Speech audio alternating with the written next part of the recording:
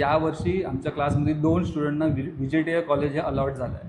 आता 10वीची मुलं जेव्हा एक्झाम देतात तेव्हा त्यांना चांगले पर्सेंटेज असतात, म्हणजे 95, 90 मोस्ट ऑफ द 90च्या वर जातात. तेच जर 12वीत बघितलं तो पर्सेंटेजचा रेशो एकदम ड्रॉप होतो. टेस्ट द्यायला घाबरतात.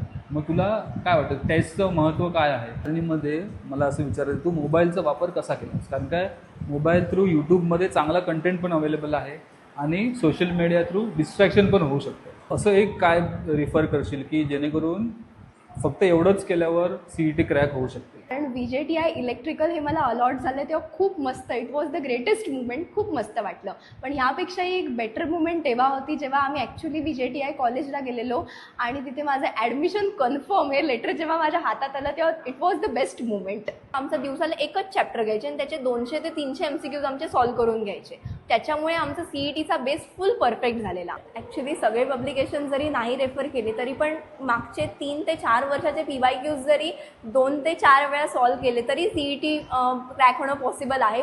म्हणजे प्रत्येक वेळी मीच नाही तर माझ्या आईबाबांनी सुद्धा खूप सॅक्रिफाईस केलं. 2 वर्षामध्ये आम्ही कधी कुठल्या फंक्शन्स अटेंड नाही केले किंवा PCM ह्या 3 सब्जेक्टसोबत अजून एक आपला सब्जेक्ट असतो तो म्हणजे टेस्ट कसं देणं. पहिलं माझं CETचा स्कोअर 140 होता with 99.37 percentile. Success is built on consistency, not on overnight miracles. नमस्कार मित्रांनो, माझं नाव अनय सावंत आणि मी आता समर्थ अकॅडमीच्या पूर्ण टीमला रिप्रेझेंट करतो आहे. तर आज आपण एक जमलो आहोत एक स्पेशल पॉडकास्ट. आज आपण अशा विद्यार्थिनीचा पॉडकास्ट घेणार आहोत जिचं व्यक्तिमत्व म्हणजे जिद्द, मेहनत आणि सातत्य. जर त्या ह्याच्यावरून तुम्ही तिचं नाव ओळखलंच असाल तर तिचं नाव आहे दिया प्रभुदेसाई आणि तिने आपली 11वी 12वीची जी संपूर्ण जर्नी आहे ती आपल्या 2 वर्षाची जी जर्नी आहे ती आपल्या समर्थ अकॅडमीमध्ये खूप मेहनतीने पार पाडली. तर तिने MST CETच्या एक्झाममध्ये 99.37 मार्क्स मिळवले आहेत. तर या पॉडकास्टमध्ये याआधी तिने एक पॉडकास्ट दिला होता जेव्हा तिला HSCमध्ये 91.17 पर्सेंटेज पडले होते. बट आजचा हा पॉडकास्ट हा खास आहे कारण काय कॅप राऊंडच्या फर्स्ट याच्यामध्ये तिला VJTI इलेक्ट्रिकल हे कॉलेज अलॉट झालं आहे. तर सगळ्यात पहिलं मला सांग की VJTI मिळाल्याचं हे फिलिंग कसं होतं? कारण काय की ही ह्या परीक्षेमध्ये जे बघितलं तर टोटल 4 ते 4.5 लाख मुलं एक्झाम देतात आणि त्याच्यामध्ये VJTIमध्ये फक्त 540 सीट्स असतात. मग त्या ह्याच्यामध्ये तुला ती सीट मिळाली तर त्याचं हे फिलिंग कसं होतं? म्हणजे पहिल्यांदा जेव्हा तू बघितलंस तेव्हा तुझी काय रिॲक्शन होती? ॲक्च्युली तेव्हा खूप छान वाटलं कारण VJTI इलेक्ट्रिकल हे मला अलॉट झालं तेव्हा खूप मस्त, it was the greatest movement, खूप मस्त वाटलं.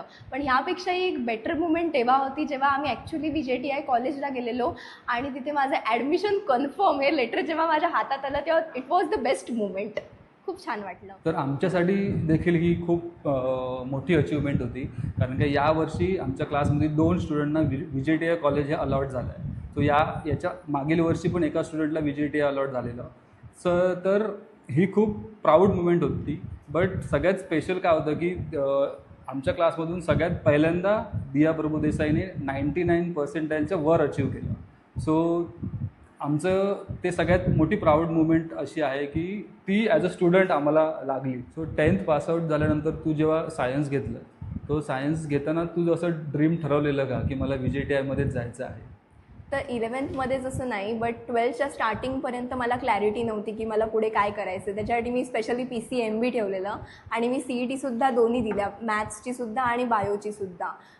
पण त्याच्यानंतर जसं जसं म्हणजे पुढे सिलेबस गेला असं बोर्डचा आणि CETचा सिलेबस पॅरलल होता. सो मग CETचा फ्लोमध्ये अभ्यास होऊन गेला आणि प्रथमेश सरांनीच मला वेगवेगळे कॉलेजेस सजेस्ट केले, म्हणजे CET थ्रू कुठले इंजिनिअरिंगसाठी चांगले कॉलेज आहेत.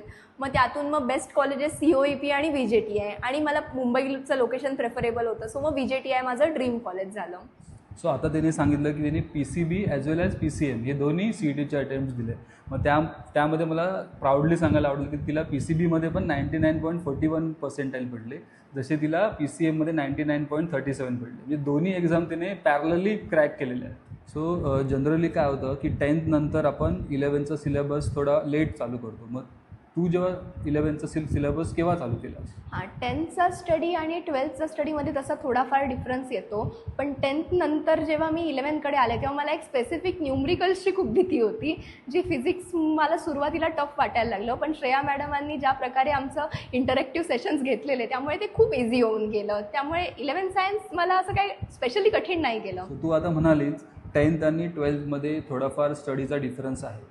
तर तुला काय वाटतं, आता 10वीची मुलं जेव्हा एक्झाम देतात तेव्हा त्यांना चांगले पर्सेंटेज असतात, म्हणजे 95, 90, मोस्ट ऑफ द 90च्या वर होतं. तेच जर 12वीत बघितलं तो पर्सेंटेजचा रेशो एकदम ड्रॉप होतो.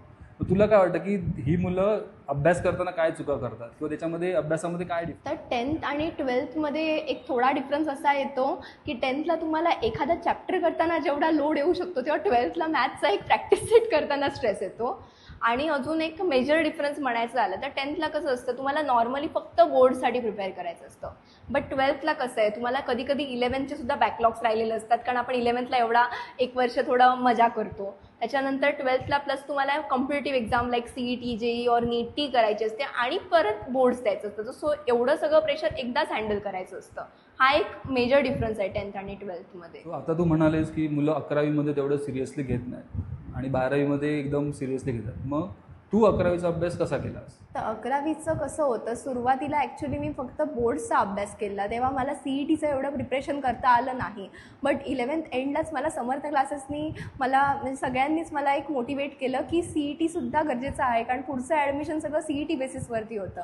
त्यामुळे 12thच्या स्टार्टिंगपासूनच मला CETचं प्रिपरेशन केलं. 11thला एवढं नाही करता आलं. 12वीमध्ये जेव्हा तू सिरियस प्रिपरेशन चालू केलं, सो 12th स्टँडर्डमध्ये तुझी CETची आणि पॅरलली बोर्ड्सची ही जर्नी तुझी कशी प्लॅन केलीस?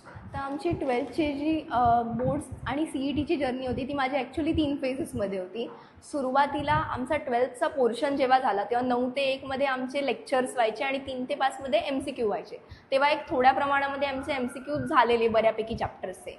त्याच्यानंतर जी सेकंड फेज होती त्याच्यामध्ये कसं होतं की एक 8 ते 7चं आमचं शेड्यूल झालेलं, जे गणपतीनंतर वगैरे झालेलं. त्याच्यामध्ये आमचा दिवसाला एकच चॅप्टर घ्यायचे आणि त्याचे 200 ते 300 MCQज आमचे सॉल्व करून घ्यायचे. त्याच्यामुळे आमचा CETचा बेस फुल परफेक्ट झालेला. आणि तिसरी फेज होती ती म्हणजे बोर्ड एक्झाम नंतरची. बोर्ड एक्झाम नंतर आमचा इकडे CETचा क्रॅश कोर्स झालेला. त्याच्यामध्ये आम्ही फुल एक प्रकारे प्रिपेअर झालेलो CETसाठी. त्याच्यामध्ये आमचे मॉक टेस्ट आणि CETचा सिलेबस लेटेस्ट PYQs वगैरे सगळं कव्हर झालेलं. सो तू आता सांगितलंस की तुझी ही जर्नी पूर्ण 3 फेज म्हणजे पूर्ण 1 वर्षाची ही जर्नी होती. सो कुठल्याही कॉम्पिटेटिव्ह एक्झाम जेव्हा आपण प्रिपेअर करतो तो हा प्रवास तो एकट्याचा नसतो, त्याच्यामध्ये त्याचा फॅमिलीचा पण खूप मोठा वाटा असतो. तर तुझ्या फॅमिलीने त्याच्यासाठी काय सॅक्रिफाईस केली, त्याच्यासाठी तुला कसा सपोर्ट केला? तर यामध्ये ॲक्च्युली माझ्या फॅमिलीचा पण रोल खूप मोठा होता. म्हणजे प्रत्येक वेळी मीच नाही तर माझ्या आईबाबांनी सुद्धा खूप सॅक्रिफाईस केलं. आता ॲक्च्युली आमच्या घरी म्हणजे बाबांचा कॅटरिंगचा बिझनेस आहे, तर त्याच्यामध्ये आमच्या घरी जेवणाच्या ऑर्डर्स वगैरे पण बऱ्याच असतात. तर कधीही मला त्याच्यात इन्व्हॉल्व करून घेतलं नाही किंवा त्यात मला कुठल्याही प्रकारचा डिस्टर्बन्स तयार नाही केला. 2 वर्षामध्ये आम्ही कधी कुठल्या फंक्शन्स अटेंड नाही केले किंवा कधी जास्त कधी बाहेर गेलोच नाही. त्यामुळे प्रत्येक वेळी आईबाबांनी सुद्धा माझ्यासाठी खूप सॅक्रिफाईस केलं. त्यांनी मला खूप सपोर्ट केलं आणि ते जेव्हा लागेल तेव्हा तेवढंच मोटिवेटसुद्धा केलं. तुझ्या या सक्सेसमध्ये तुझ्या आई वडिलांचा पण खूप मोठा वाटा आहे. पण आता मला हे असं विचारायचं आहे की जेव्हा 10वीला तुला एकदम चांगले पर्सेंटेज होते, मग जेव्हा तू 11वी 12वीत आलेस तर त्यांचं असं काही तुझ्यावर प्रेशर होता का की एवढंच असं मार्क्स पडले पाहिजेत, किंवा टेस्ट वगैरे जेव्हा व्हायच्या तेव्हा कमी पडल्यावर तुला असं ओरडायचं का किंवा काय असं बोलायचं का? तर असं कधी मला कुठल्या प्रकारचं प्रेशर नाही दिलं आईबाबांनी, म्हणजे एवढेच पडले पाहिजेत किंवा असं कुठलाही हे गोल असा आम्ही सेट केला नव्हता. बट एक होतं की 10thला जेवढे पडलेत त्याचं राऊंड अबाउट थोडेफार सिमिलर 12thला मला पाडायचे होते. आणि एक आमचं असं हे होतं की CET आणि बोर्ड्स इक्वल इम्पॉर्टन्स दिला पाहिजे, कारण CETलाही कधी कधी खूप चांगले पडतात आणि बोर्ड्स एकदम खाली येतं, तसं नको होतं. राऊंड अबाउट सेम पाहिजे होते CET आणि बोर्ड्सना. सो आता तुझ्या ज्युनियर्सचा तुला असा क्वेश्चन आहे की प्रत्येक फिजिक्स, केमिस्ट्री, मॅथ्स ह्यासाठी तू कोणते बुक्स रेफर केलेले आहेस आणि ते सॉल्व करायला म्हणजे त्याचा तू टाईम शेड्यूल कसा बनवला? एका दिवशी तू 3 सब्जेक्ट घ्यायचीस की 2 सब्जेक्ट घ्यायची, याबद्दल तुझं अभ्यासाचं शेड्यूल कसं होतं? तर बुक्सबद्दल बोलायचं झालं तर बुक्समध्ये मी जमनादास पब्लिकेशनची बुक एकदा फुल सॉल्व केलेल्या. त्याच्यानंतर टार्गेट पब्लिकेशनचे जे आम्हाला क्लासमधनं शीट्स दिले जायचे ते 2 to 3 टाईम्स पूर्ण सॉल्व केलेले आणि मल्टिपल प्रॅक्टिस केल्याने ते परफेक्ट होऊन जातात. त्याच्यानंतर क्रॅश कोर्स जो आमचा होता 3rd फेजमध्ये, तेव्हा मी ब्रह्मास्त्र पब्लिकेशनची बुक्समध्ये 3 वर्षांचे लास्ट PYQs एकदा फुल सॉल्व केलेले फर्स्ट अटेम्प्टच्या आधी. आणि टेस्ट प्रत्येक वेळी द्यायचे आणि त्याचं ॲनालिसिस करायचे. सो एवढे माझे हाताखालनं MCQs गेलेले. तू आता वेगवेगळ्या पब्लिकेशन्सची नावं सांगितली. सो प्रत्येक विद्यार्थ्याला हे पॉसिबल नाही आहे की प्रत्येक पब्लिकेशन्स आपण रिफर करून सॉल्व करू. सो तू असं एक काय रिफर करशील की जेणेकरून फक्त एवढंच केल्यावर CET क्रॅक होऊ शकते? ॲक्च्युली सगळे पब्लिकेशन जरी नाही रेफर केले तरी पण मागचे 3 ते 4 वर्षाचे PYQs जरी 2 ते 4 वेळा सॉल्व केले तरी CET क्रॅक होणं पॉसिबल आहे. फक्त सेम पब्लिकेशन जास्त वेळा सॉल्व करून ते परफेक्ट करणं गरजेचं आहे त्याच्यात. दियाने सांगितल्याप्रमाणे की एकच बुक हे मल्टिपल टाइम्स केल्याने आपण परफेक्ट त्याच्यामध्ये होऊन जातो. सो मला तुला आता विचारायचं आहे की एकदा आपण PYQ सॉल्व केले की तेच तेव्हा तुझे परफेक्ट होऊन जायचे की त्याच्यासाठी तू एक्स्ट्रा परत काही एफर्ट्स घ्यायचीस? नाही, एकदा सॉल्व करून परत ते परफेक्ट होणं ॲक्च्युली पॉसिबल नाही आहे. त्याच्यासाठी एकदा इथे सॉल्व केल्यानंतर मी काय करायचे, जेव्हा केव्हा MCQ पहिल्यांदा माझ्या हाताखालनं जायचे तेव्हा प्रत्येक MCQच्या बाजूला एक की पॉईंट लिहून ठेवायचे की हा मला नवीन वाटतोय आणि याच्यात हे काहीतरी नवीन आहे असं. त्याच्यानंतर घरी जाऊन मी एक स्पेशल नोटबुक्स घातलेल्या आहे, याच्यामध्ये मी हे की पॉईंटची समरी लिहून ठेवायचे सगळ्या. म्हणजे दिवसभराचे MCQ परत कधीतरी 2-4 दिवसांनी मला रिवाईज करता यायचे. आणि संडेला वीकली जेवढे चॅप्टर्स आमचे व्हायचे, ज्यांचे MCQ व्हायचे, ते परत एकदा रिव्हिजन करायचे. सो ते विसरायला नको. आणि टेस्टच्या आधी परत रिव्हिजन व्हायचं ते वेगळं. सो आता मला सांग, तू इंडिव्हिज्युअली तुझं सब्जेक्टची स्ट्रॅटेजी कशी होती? म्हणजे फिजिक्स, केमिस्ट्री आणि मॅथ्स ह्यासाठी तू अभ्यास कसा केलास? तर फिजिक्स, केमिस्ट्री, मॅथ्सबद्दल बोलायचं झालं तर इनिशियली मी फिजिक्सचं कसं केलं, फिजिक्सला न्यूमरिकल्स आणि डेरिवेशन्सवरती फोकस करायचा. डेरिवेशन्स का तर कधी कधी फॉर्म्युले ट्विस्टेड वेमध्ये आपल्याला MCQमध्ये विचारले जातात, त्यामुळे तेव्हा जर तो आठवला नाही तर डेरिवेशन्स थ्रू आपल्याला ते लक्षात राहू शकतं. न्यूमरिकल्सची हेल्प तुम्हाला बोर्ड आणि CET दोन्ही लावणार आणि जास्तीत जास्त वेटेज न्यूमरिकल्सनाच असतं फिजिक्सला. आणि फॉर्म्युले लक्षात ठेवणं गरजेचं आहे. केमिस्ट्रीमध्ये मी मॅक्झिमम टाइम्स टेक्स्टबुक रीडिंग केलं, कारण थेअरी क्वेश्चन्स भरपूर पडतात, न्यूमरिकल्स पण पडतात, पण थेअरीवरती चांगला स्कोर होऊ शकतो. आणि ऑर्गॅनिक केमिस्ट्रीवरती फोकस करा. मॅथ्समध्ये जरी तुम्ही स्टेट बोर्डचा अभ्यास न करता CETवरती जास्त फोकस केलं तरी होऊन जाईल, कारण CETचं कसं आहे, मागच्या 5 वर्षाचे न करता 3 वर्षाचे जरी परफेक्ट केले तरी बस झालं. सो आता दियाने सांगितल्याप्रमाणे CETसाठी तुम्हाला PYQ जे मागील 4 ते 5 वर्षाचे PYQ करणं खूप इम्पॉर्टंट आहे.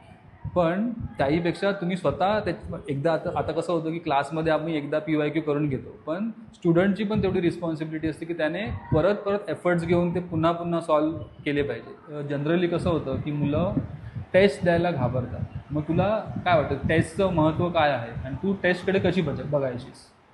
आता बोर्ड्सला जसं प्रिलिम्स इम्पॉर्टंट आहेत तसं CETला टेस्ट देणं खूप महत्त्वाचं आहे. टेस्टमधून कसं आपल्याला एक स्वतःचं ॲनालिसिस भेटतं की आपण किती परफॉर्म करू शकतो. त्यामुळे टेस्ट मी भरपूर दिल्या. फर्स्ट अटेम्प्टच्या आधी 1 महिना म्हणजे आमचा क्रॅश कोर्स संपल्यानंतरच्या दिवसांमध्ये मी जवळपास दिवसाला 2 टेस्ट दिल्या. सकाळी 9 ते 12 पहिली टेस्ट, त्याच्यानंतर 1.5 तास वगैरे त्याचा ॲनालिसिस, 3 ते 6 पुढची टेस्ट, त्याच्यानंतर त्याचं ॲनालिसिस. असंच माझं टेस्टचं शेड्यूल राहिलं एक 15-20 दिवस मेन पहिल्या अटेम्प्टच्या CET आधी. आता मला माहीत आहे की फर्स्ट अटेम्प्टमध्ये तुझा स्कोअर कमी आला, म्हणजे 95.86 आला. बट तोच जर सेकंड अटेम्प्टमध्ये आपण बघितलं तेव्हा तुझा स्कोअर 99.37 आला. मग ह्या मध्यंतरीच्या ह्याच्यामध्ये तू काय चेंजेस केलेस? तर फर्स्ट अटेम्प्टचा स्कोर आणि सेकंड अटेम्प्टचा स्कोर याच्यामध्ये माझा भरपूर डिफरन्स होता. तर त्याच्यामध्ये वर्कआउट मी ह्या एरियाजवरती केलं की माझं 11चं बेसिक थोडं कच्चं होतं, तर मी 11पासून सुरुवात केली. 11चे जे मॅथ्सचे चॅप्टर होते जे मला कठीण जायचे ते परत एकदा सर्व केले. CETचे PYQs त्याचे भरपूर वेळा प्रॅक्टिस केले. आणि मी एक चूक जी माझी फर्स्ट अटेम्प्टला झाली ती क्लिअर केली की फर्स्ट अटेम्प्टला मी टेस्ट भरपूर दिल्या, दिवसाला 2 टेस्ट दिल्या, पण बऱ्याच वेळा त्याचं ॲनालिसिस राहायचं माझं आणि ते मला करता नाही यायचं. त्यामुळे डायरेक्ट पुढच्या टेस्टकडे जायचे आणि सेम क्वेश्चन आला तरी तो माझा चुकायचा. तर सेकंड अटेम्प्टला मी दिवसाला 1च टेस्ट दिली त्याच्या आधी, म्हणजे पण ती पूर्ण ॲनालिसिस करायचं, नंतर परत एकदा PYQs करायचे. ही स्ट्रॅटेजी मी सेकंड अटेम्प्टच्या आधी फॉलो केली. सो यावरून एक कळतं की टेस्ट दिल्यानंतर ॲनालिसिस करणं हे खूप इम्पॉर्टंट आहे. जेव्हा तुम्ही ॲनालिसिस करता तेव्हा तुम्ही तुमच्या चुका सुधारता आणि त्याच्यातूनच तुम्ही इम्प्रूव्ह होत असता. आता तू आम्हाला सांगितलंस की बरेच टेस्ट तुझं 110वर स्कोअर स्टक झाला आणि त्याच्यानंतर अचानक तुझा वाढायला लागला. मग ह्याच्यासाठी तू काय स्ट्रॅटेजी वापरली? हां, तर कॉम्पिटेटिव्ह एक्झामच्या जर्नीमध्ये आता एस्पेशली MHT CETचं घेतलं तर PCM ह्या 3 सब्जेक्टसोबत अजून एक आपला सब्जेक्ट असतो तो म्हणजे टेस्ट कसं देणं. तर टेस्ट कसं देणं, तर आता माझी जी स्ट्रॅटेजी 110 नंतर मी यूज केली, त्याच्यात कसं होतं की मी आता फॉर एक्झाम्पल आपण मॅथ्सचं कन्सिडर केलं तर हर एक टेस्ट मी 3 राऊंड्समध्ये डिवाईड केली. आता मॅथ्सचा सब्जेक्ट गेला, त्याच्यामध्ये 90 मिनिट्स असतात आपल्याला मॅथ्स सॉल्व्ह करायला. तर पहिल्या राऊंडमध्ये मी काय केलं की सगळे इझी क्वेश्चन्स आपण सॉल्व्ह करायचे, म्हणजे एक 15 ते 20 क्वेश्चन इझीच असणार, ते आपण एक 20 ते 25 मिनिटामध्ये ते सॉल्व्ह केले.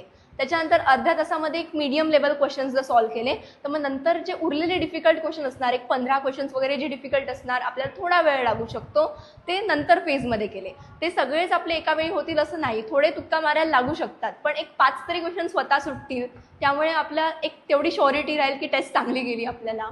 सो आता तू सांगितलंस की राऊंड्समध्ये पेपर सॉल्व्ह केल्यानंतर आपल्याला खूप सारे क्वेश्चन्स अटेम्प्ट करता येतात. तर आता मला जाणून घ्यायचं आहे की तुझं सब्जेक्ट वाईज पर्सेंटाईल काय होतं आणि त्याच्याबद्दल त्याचा स्कोअर काय होता. हां, तर इंडिव्हिज्युअल स्कोअर सांगायचं झालं तर पहिलं माझं CETचा स्कोअर 140 होता विथ 99.37%. इंडिव्हिज्युअल सब्जेक्टचं सांगायचं झालं तर मॅथ्सचं माझं 72 मार्क्स आणि 99.44% होतं. फिजिक्समध्ये मला आउट ऑफ 50 32 स्कोअर होता आणि पर्सेंटाईल होते 98.94. केमिस्ट्रीमध्ये मला आउट ऑफ 50 36 मार्क्स होते आणि पर्सेंटाईल होते 98.54. सो आता या जर्नीमध्ये मला असं विचारायचं, तू मोबाईलचा वापर कसा केलास? कारण काय मोबाईल थ्रू यूट्यूबमध्ये चांगला कंटेंट पण अवेलेबल आहे आणि सोशल मीडिया थ्रू डिस्ट्रॅक्शन पण होऊ शकतं. मग ह्या सगळ्याचं तू कसं मॅनेज केलंस? तर मी टेस्ट देण्यासाठी 2 ॲप्स रेफर केले. एक म्हणजे टार्गेट पब्लिकेशनचा क्विल प्लस ॲप आणि गणितांकची मी अल्फा टेस्ट सिरीज रेफर केलेली. ॲक्च्युली याचा अजून एक यूज मी कसा केला की ना, फर्स्ट अटेम्प्टचे क्वेश्चन्स मी जास्त करून प्रॅक्टिस केले सेकंड अटेम्प्टच्या आधी. त्याचा मला खूप यूज झाला, कारण पॅटर्न ऑलमोस्ट सेमच राहिलेला, डिफिकल्टी लेवलसुद्धा सेम होती. अजून एक सांगायचं झालं तर आपली शिफ्ट जर नंतर असेल CETमध्ये, तर त्याला जाण्याच्या आधी आपण आधीच्या शिफ्टचे जर क्वेश्चन्स एकदा प्रॅक्टिस केले ना, तर आपल्याला एक ट्रेंड ॲनालिसिस कळतं की या टाईपचे क्वेश्चन येऊ शकतात आणि बऱ्याचदा तेच व्हॅल्यूज चेंज करून क्वेश्चन येतात. सो आपण ते इझिली सॉर्ट आउट करू शकतो. आणि जर डिस्ट्रॅक्शनच्या बाबतीत बोलायचं झालं तर मी सोशल मीडिया 12th स्टँडर्डला मी सगळं डिलीटच केलं, काही घेतलंच नव्हतं, त्यामुळे म्हणजे डिस्ट्रॅक्ट होण्याचा प्रश्न नव्हता. सो तुम्हाला आता मी सांगतो की तिने ॲक्च्युली सोशल मीडियाचा काहीच यूज केला नाही, पण तिने फर्स्ट इंस्टाग्राम अकाउंट जे तिने ओपन केलं, जेव्हा तिला VJTIचं कॉलेज अलॉट झालं तेव्हा ती ॲडमिशन तिकडे घ्यायला गेली, तेव्हा त्याच दिवशी तिने इंस्टाचं अकाउंट ओपन केलं. मग अशा प्रकारचं तिने तो डिसिप्लिन मेंटेन ठेवला. सो मला आता तुला हे विचारायचं आहे की तुझं जे ड्रीम होतं ते तू आता अचीव केलंस, पण it is set journey doesn't end here, कारण का तुझा खरा प्रवास आता चालू झाला आहे. म्हणजे तुला VJTI कणकवलीसारख्या तालुक्यापासून तू VJTI मुंबईमध्ये जाणार आहेस आणि तिथे पण कसं ऑल ओव्हर महाराष्ट्रातून खूप सारी हुशार मुलं तिकडे येतील. मग त्या मुलांबरोबर तू कसं स्वतःला मोल्ड करशील? तर ॲक्च्युली हा विचार करण्यासारखा प्रश्न आहे, कारण आता VJTIमध्ये जाणं ॲक्च्युली जसं ते सोपं नव्हतं, तसं आता तिथे तिकडे स्वतः सगळ्यांसोबत कोपअप करणंसुद्धा सोपं नसणार आहे. लोकलचा प्रवास म्हणा किंवा आता तिकडे नवीन मुलांसोबत ॲडजस्ट करणं, हे सुद्धा आता थोडंफार कठीण जाईल, बट मी माझा बेस्ट देण्याचा प्रयत्न करेन. तू नक्कीच तुझं बेस्ट देशील, कारण का या एक्स्ट्राऑर्डिनरी रिझल्टमुळे तू आमच्या तर लक्षात राहिलेच आहे. पुढे पण VJTIच्या पण तू लक्षात राहशील असेच चांगले रिझल्ट देऊन. सो या पुढील प्रवासासाठी तुला खूप खूप शुभेच्छा. तर आता लास्ट मी तुला असं विचारतो की तुझी ही जर्नी आहे ती 1 सेंटेन्समध्ये तू कसं डिफाईन करशील? Thank you sir. तर माझ्या जर्नीला जर डिफाईन करायचं झालं तर मी एकच वाक्य म्हणू शकते, success is built on consistency, not on overnight miracles. Thank you. Thank you Diya, की तू तुझी ही जी अचिव्हमेंट मिळवलीस त्यामागचा तुझा प्रवास, त्यामागे तुला काय काय अडचणी आल्या ह्या तू चांगल्या प्रकारे तुझ्या ज्युनियर्सना सगळ्यांना समजवण्याचा तू प्रयत्न केलास. सो त्याबद्दल खूप खूप धन्यवाद. So as a Samarth team आम्ही खूप लकी आहोत की तुझ्यासारखा स्टुडंट आम्हाला शिकवायला भेटला, कारण की आम्ही ह्या जर्नीमध्ये सगळ्यांकडून सेम मेहनत करून घेतली, पण त्यामध्ये एकच रिझल्ट असायला जिने 99% जास्त अचीव केली. सो तो खूप मोठा होता आणि त्याबद्दल तुझे खरंच खूप खूप धन्यवाद. थँक्यू समर्थ अकॅडमी.